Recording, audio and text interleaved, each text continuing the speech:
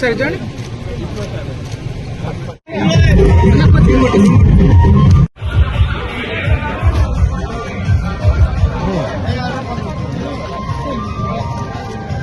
Road తొందరగా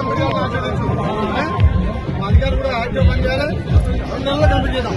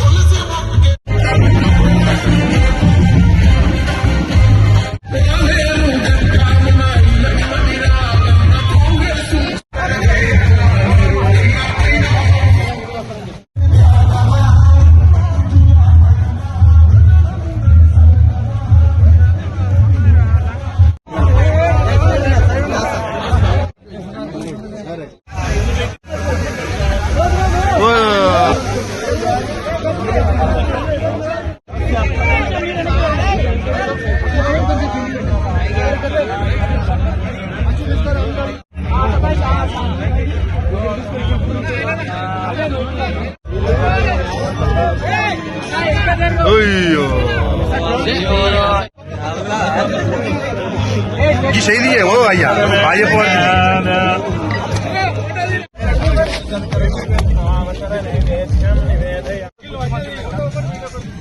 చేసింది కాబట్టి ఇది ప్రజాప్రభుత్వం మాటలు చెప్పుడు కాదు, చేతనతో చూపించే ప్రభుత్వం కాబట్టి మీరందరూ కూడా ఈ ఐక్యతో ఎట్లయితే నిధులతో మనం అభివృద్ధి చేసుకున్నామో రేపు స్థానిక సంస్థల్లో మన సత్తా చాటాలే.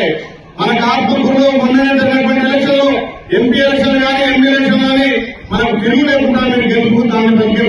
మరి ఇప్పుడు కూడా ప్రతి గ్రామంలో అక్కడ సర్పంచ్ కానీ ఎంపీటీసీ కానీ వార్డు ముందు మన్నలుంటే ఇక్కడ కింది నుంచి మీ దాకా మనమే ఉంటాం. ఎక్కువ నిధులు తీసుకొచ్చి పనిచేసే అవకాశం ఉంటుంది.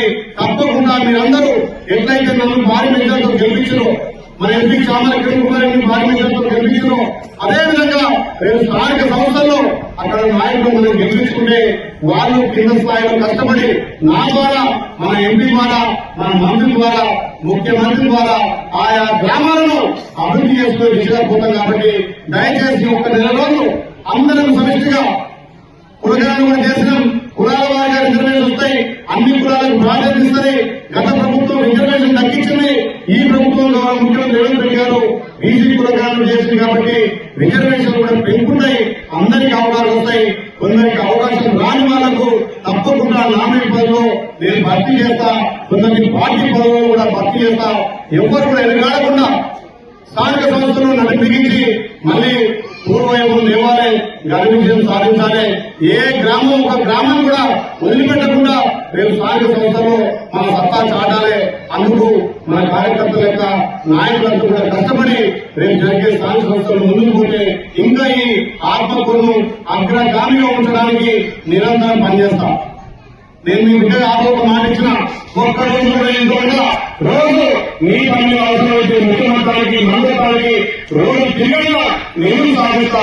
రేపు గ్రామ పంచాయతీలో స్థానిక సంస్థల్లో మీరందరూ కష్టపడి నాకు బలాన్ని ఇచ్చినట్లయితే కింది స్థాయి నుంచి పైదాకా కష్టపడి పనిచేసి అభివృద్ధి చేస్తుంటామని చెప్పి తెలుస్తూ గత ప్రభుత్వాలు అభివృద్ధిని మర్చిపోయాయి. ఈ ప్రభుత్వం అభివృద్ధితో పాటు సంక్షేమంతో పాటు ఇతరుల హామీలతో పాటు రైతులకు పెద్దగా వేస్తాం. ఇలా రైతులకు 500 బోనస్ ఇస్తున్నాం. పండించిన పంటలు వారం రోజులు కొనుగోలు చేసి ఉన్నటువంటి 3 రోజులే ఇలా రైతు ఖాతాలు ఇస్తున్నాం. సన్న ధాన్యాన్ని ప్రోత్సహిస్తున్నాం. సన్న ధాన్యానికి 500 బోనస్ ఇస్తున్నాం. మళ్ళీ ఆ సన్న ధాన్యం మనకు రేషన్ బియ్యం ద్వారా ఇలాంటి స్కూళ్లలో డెవలప్మెంట్ కోసం, ఈ స్కూళ్లలో సన్న బియ్యం కోసం ఆ రైతు వాడుతుంది. కాబట్టి రైతులను కూడా ప్రోత్సహించాల్సిన అవసరం ఉంది. రైతులకి ప్రభుత్వం పెద్దపై వేస్తుంది. స్కూల్ అభివృద్ధి కోసం కూడా ఈ ప్రభుత్వం పాల్పడుతుంది.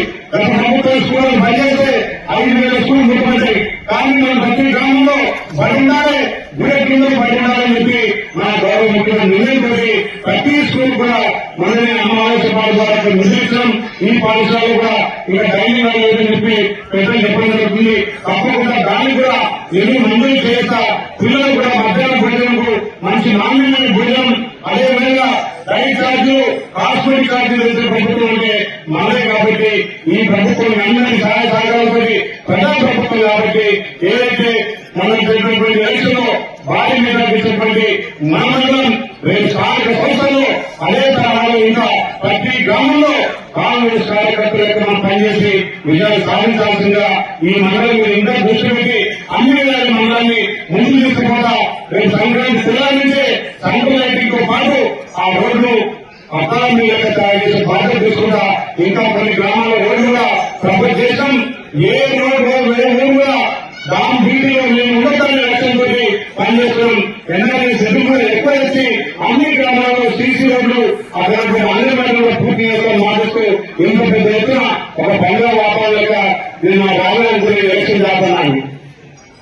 అది మా సోదరు కమిషన్లు సిపిఐలు అందరూ కలిసి వచ్చి మాకు అభిప్రాయాలు చెప్పి పెద్దలు కొనడం విషయం కూడా చాలా సంతోషం. ఇదే స్ఫూర్తితోటి ముందుకు పోయి ఇంకా